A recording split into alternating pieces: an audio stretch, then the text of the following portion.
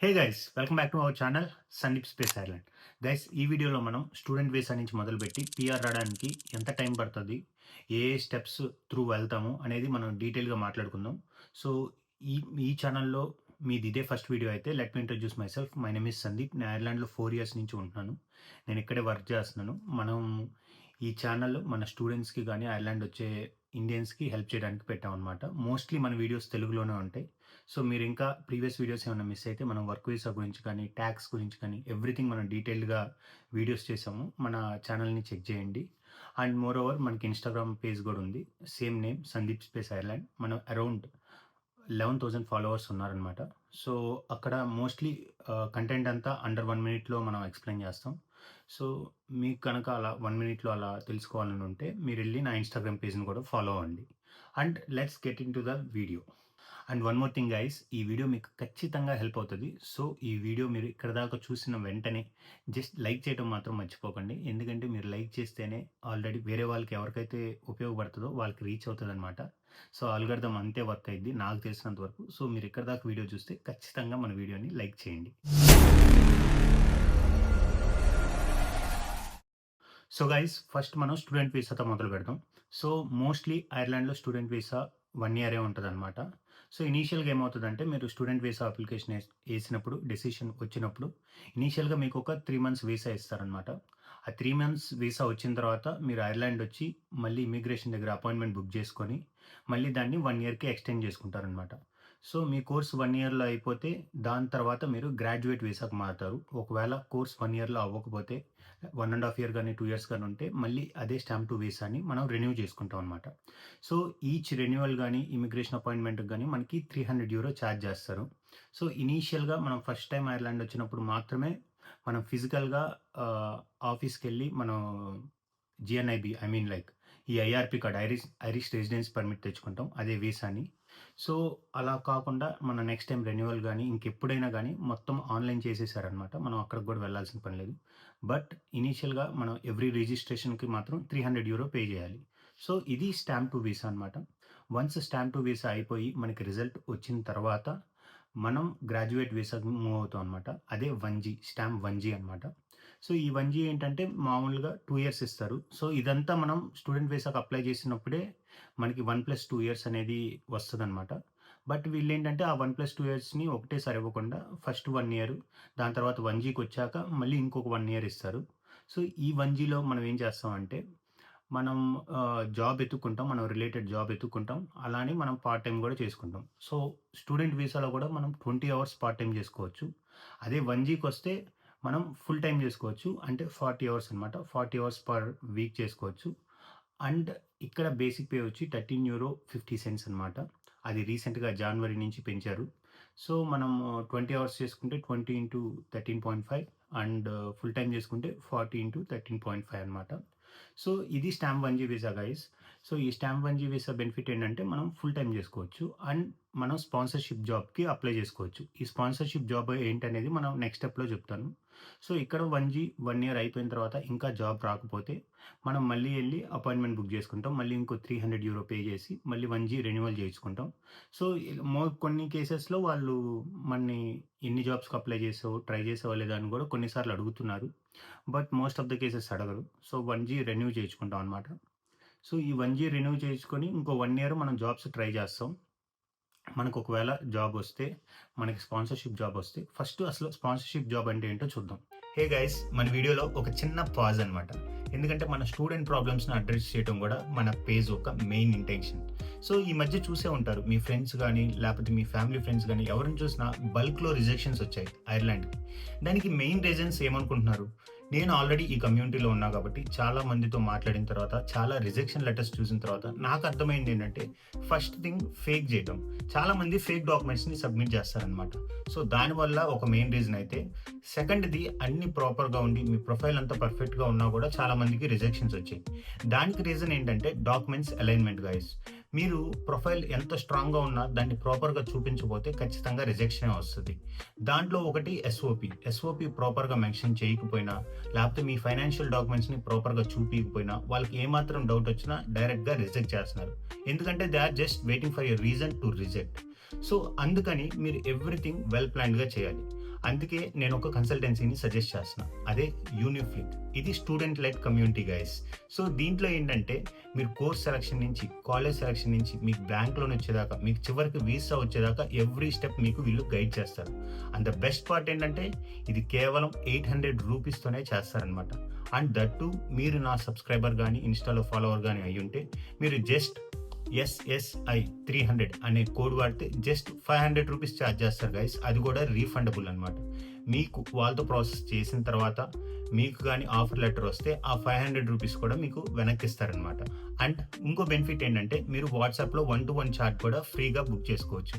Just use my code SSI 300 and నేను దానికి సంబంధించిన లింక్స్ మన డిస్క్రిప్షన్లో యాడ్ చేస్తున్నా guys. Go check it out.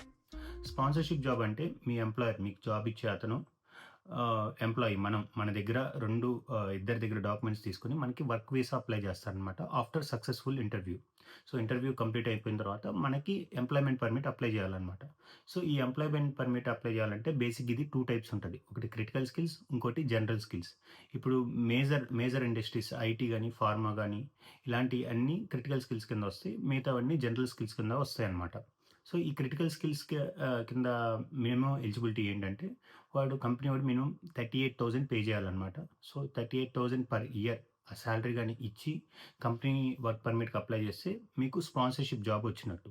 So once permit approve అయిన తర్వాత మీరు వీసాకి అప్లై చేస్తారు. అదే స్టాంప్ 1 వర్క్ వీసా అన్నమాట. సో ఈ క్రిటికల్ స్కిల్స్‌లో కాకుండా హెల్త్ కేర్‌లో గాని, లేకపోతే హెల్త్ కేర్ అసిస్టెంట్ గాని ఇలాంటివి ఏమన్నా రోల్స్ అయితే మనకి జనరల్ స్కిల్స్ కింద వస్తది. సో దానికి 30,000-34,000 మినిమమ్ వేజెస్ ఉండాలి. అది డిపెండ్స్ ఆన్ ద రోల్ మారుతా ఉంటదనమాట. సో ఇది స్టాంప్ 1 వర్క్ వీసా గైస్. ఇదే స్పాన్సర్‌షిప్ జాబ్ వచ్చిన తర్వాత మనం వర్క్ వీసాకి స్విచ్ అయ్యే ప్రాసెస్. బట్ వాట్ ఇఫ్ మనకి స్టాంప్ 1జీలో జాబ్ రాకపోతే ఏం జేయాలి?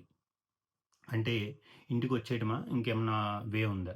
సో 1జీలో ఏమవుతదంటే మనం ఎక్స్‌టెన్షన్ గూడా అప్లై జేసుకోవచ్చు గైస్. కొన్నిసార్లు మనం త్రూ సాలిసిటర్ గానీ, మన ఓన్‌గా గానీ ఎక్స్‌టెన్షన్‌కి అప్లై జేసుకోవచ్చు. సో మీరు గనక ఆల్రెడీ ఇక్కడ ఉండి 1జీ ఎక్స్‌పైర్ అవుతుంటే just let me know. I can help you. 1జీ ఎక్స్‌టెన్షన్ అప్లై చేయడానికి నేను హెల్ప్ చేస్తాను. అండ్ ఇలా 1జీ ఎక్స్‌టెన్షన్ అప్లై చేసినప్పుడు ఇంకో 6 మంత్స్ ఇస్తాడనమాట. ఈ 6 మంత్స్ టైమ్‌లో మళ్ళీ మనం జాబ్ ఎతుక్కోవడానికి ట్రై జేయాలి. అండ్ ఈ 6 మంత్స్‌లో గూడా జాబ్ రాకపోతే మళ్ళీ ఇంకో 6 మంత్స్ అప్లై చేసుకోవచ్చు. బట్ దానికి గ్యారంటీ లేదు. వస్తే వస్తది. లేపోతే రాదు. సో ఇక్కడేంటంటే చాలామంది అంటే ఇక్కడ లేదు ఇంక నేను ఇండియా ఎళ్ళటానికి నాకు ఇష్టపడట్లేదు. నేను ఇక్కడే ఉండాలంటే కొంతమంది ఏం చేస్తారంటే వేరే కోర్స్ తీసుకుంటారు. సో అలా మనం 7 ఇయర్స్ దాకా ఉండొచ్చు బేసిక్‌గా వాళ్ళ రూల్ ప్రకారం. బట్ ఎవరు ఉండరు మామూలుగా చెప్తున్నా. మళ్ళీ కోర్స్ తీసుకుంటే ఇంకో 1 ఇయర్ వస్తది. ఆ 1 ఇయర్‌లో మళ్ళీ మనం జాబ్ ఎతుక్కోవాలి. సో ఇది మనకి జాబ్ రాకపోతే ప్రాసెస్. సో ఇప్పుడు జాబ్ వచ్చిందనుకుందాం. వర్క్ వీసాలోకి ఎలా ఎళ్ళాలో చెప్పాను. సో ఈ వర్క్ వీసాలో ఒకవేళ మీకు క్రిటికల్ స్కిల్స్ పర్మిట్ ఉంటే 21 మంత్స్ కానీ మీరు ఆ పర్మిట్‌లో ఉంటే మీరు డైరెక్ట్‌గా పీఆర్‌కి అప్లై చేసుకోవచ్చు. అండ్ ఈ 21 మంత్స్‌లో మనం కంపెనీ స్విచ్ అవ్వచ్చా అంటే యెస్ స్విచ్ అవ్వచ్చు గైస్. సో ఒక కంపెనీలో మీకు జాబ్ వచ్చి 9 మంత్స్ మినిమమ్ చేస్తే దాని తర్వాత మీరు జాబ్ స్విచ్ అవ్వచ్చు. లేదు 9 మంత్స్ లోపే నాకు వేరే బెటర్ జాబ్ వచ్చింది, బెటర్ పే వచ్చింది స్విచ్ అవుతా అంటే మళ్ళీ ఈ 21 మంత్స్ అనేది మళ్ళీ ఫ్రెష్‌గా కౌంట్ అవుతదనమాట. సో మళ్ళీ ఫస్ట్ మంత్ నుంచి కౌంట్ చేస్తారు. ఇది క్రిటికల్ స్కిల్స్‌కి గైస్. అండ్ జనరల్ స్కిల్స్‌కొస్తే 5 ఇయర్స్ అనమాట. సో ఇనీషియల్‌గా పర్మిట్ అప్రూవ్ అయినప్పుడు మీకు 2 ఇయర్స్ వీసా ఇస్తాడు. ఈ 2 ఇయర్స్ చేసిన తర్వాత మళ్ళీ రెన్యూ చేయించుకోవాలి. మళ్ళీ డాక్యుమెంట్స్ పెట్టి. అప్పుడు ఇంకో 3 ఇయర్స్ ఇస్తాడు. సో టోటల్‌గా 5 ఇయర్స్ చేస్తే మనకి పీఆర్ వస్తది. జనరల్ వర్క్ పర్మిట్ అయితే. క్రిటికల్ అయితే మీకు వితిన్ 21 మంత్స్ వితిన్ కాదు 21 మంత్స్ అయిన తర్వాత మీరు పీఆర్‌కి అప్లై చేసుకోవచ్చు. అండ్ పీఆర్ యొక్క బెనిఫిట్స్ ఏంటంటే ఇక్కడ సో ఇంకా ఈ పర్మిట్స్ ఇవన్నీ పట్టించుకోవాల్సిన అవసరం లేదు. మీరు పర్మిట్స్ దేనితో సంబంధం లేకుండా మీకిష్టం వచ్చిన జాబ్ జేయొచ్చు. సో, ఈ మనం చాలా మందిని చూస్తుంటాం. ఇప్పుడు ఐటీ అనేది ఇప్పుడు మనకి ఈ వర్క్ పర్మిట్ రావాలి, లేపోతే వర్క్ పర్మిట్ రావాలి, సస్టైన్ అవ్వటానికి చేస్తారు చాలామంది ఇష్టం లేకపోయినా. అదే మీకు పీఆర్ అంటే స్టాంప్ 4 అనమాట. ఇక్కడ స్టాంప్ 4 అంటారు. అదే స్టాంప్ 4 వచ్చాక మీకు నచ్చిన జాబు ఎన్ని అవర్స్ అయినా జేయొచ్చు. ఇప్పుడు వర్క్ పర్మిట్‌లో రిస్ట్రిక్షన్స్ ఏంటంటే వన్స్ మీరు ఒక జాబ్ తీసుకున్న తర్వాత వేరే జాబ్‌లో ఇన్వాల్వ్ అవ్వకూడదు. అండ్ ఓన్లీ 40 అవర్స్ మాత్రమే చేయాలి. అంతకు మించి చేయకూడదనమాట. సో, అలా అంటే ఓటీ చేసుకోవచ్చు కంపెనీ పరంగా. అంతేగాని వేరే జాబ్‌లో మాత్రం ఇన్వాల్వ్ అవ్వకూడదు. సో, ఇక్కడేమవుతదంటే స్టాంప్ 4 వచ్చాక మీకు నచ్చినన్ని అవర్స్ చేసుకోవచ్చు. Until unless you pay talks. మీరు టాక్స్ పే చేస్తా ఉంటే మీరు ఎన్ని జాబ్స్ అన్నా చేయొచ్చు. ఎన్ని అవర్స్ అన్నా చేసుకోవచ్చు. అండ్ మీకు ఈ కంపెనీ నుంచి ఈ కంపెనీ మారటం అది మీ ఇష్టం అనమాట. మోస్ట్‌లీ ఇక్కడ చాలామంది ఐటీలో ఏం చేస్తారంటే, కాంట్రాక్ట్ రోల్స్ తీసుకుంటారు. ఈ కాంట్రాక్ట్ రోల్స్ ఏంటంటే వాటికి ఆహ్, అంటే ఇంత టైము వరకుంటది. అంటే 1 ఇయర్ కాంట్రాక్ట్ అలా ఏమి ఇవ్వరనమాట. టెంపరరీ జాబ్స్ అనుకోండి అది. సో, ఈ కాంట్రాక్ట్ రోల్స్‌లో ఏంటంటే పే చాలా బాగా ఇస్తారు. కాపోతే ఎప్పుడు దాకా ఉంటది జాబు, ఎప్పుడు దాకా ఉండదనేది తెలీదు మనకి. బట్ స్టాంప్ 4 వచ్చాక సంపాదించుకోవడానికి మాత్రం అది బెస్ట్ వే. కాంట్రాక్ట్ రోల్స్ తీసుకొని వర్క్ చేసుకుంటే మనకి నిజంగానే బాగా డబ్బులొస్తాయి. అలా సంపాదించే వాళ్ళు చాలామందున్నారు ఇండియన్స్. అండ్ ఇది పీఆర్ గురించి గైస్. సో, మీకి దీంట్లో ఏమన్నా డౌట్స్ ఉంటే నాకు కామెంట్స్‌లో ఆహ్, చెప్పండి. నేను క్లియర్ చేస్తాను వాటిని. అండ్ ఇప్పుడు పీఆర్ ఇది. And what about citizenship? Citizenship ఎప్పుడొస్తది? సో, సిటిజన్‌షిప్ ఏంటంటే మనం 1జీ అని మాట్లాడుకున్నాం గదా! స్టాంప్ 1జీ నుంచి మనకి 5 ఇయర్స్ ఎప్పుడవుతదో వ్యాలిడ్ వీసాతో గ్యాప్‌లో అలా గాదు. వ్యాలిడ్ వీసాతో ఎప్పుడవుతదో అప్పుడు మనం సిటిజన్‌షిప్‌కి అప్లై జేసుకోవచ్చు.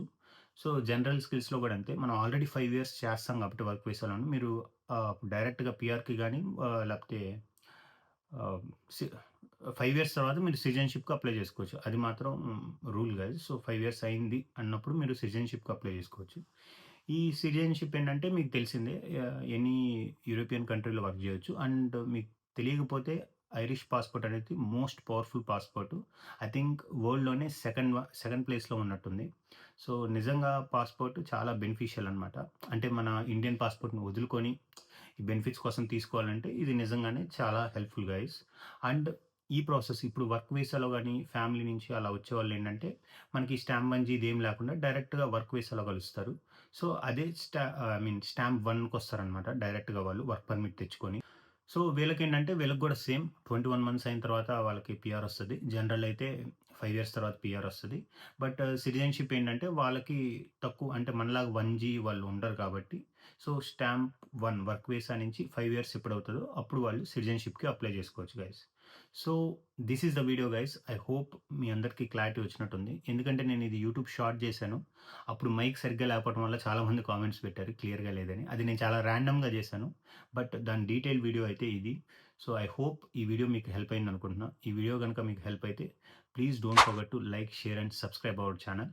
సో, మీరు లైక్ చేస్తేనే వేరే వాళ్ళకి రీచ్ ఎళ్తది. సో, మీరు ఒకసారి చూసిన వెంటనే మీరు లైక్ చేయడం మాత్రం మర్చిపోకండి. సో, అది గైస్ మన వీడియో. సో, మీకు నెక్స్ట్ ఏ వీడియో కావాలి, ఏ ఇన్ఫర్మేషన్ కావాలనేది మీరు కామెంట్స్‌లో మెన్షన్ చేయండి. నేను ఖచ్చితంగా దాని గురించి చేస్తాను. I will see you in the next video. Till then signing off. Bye.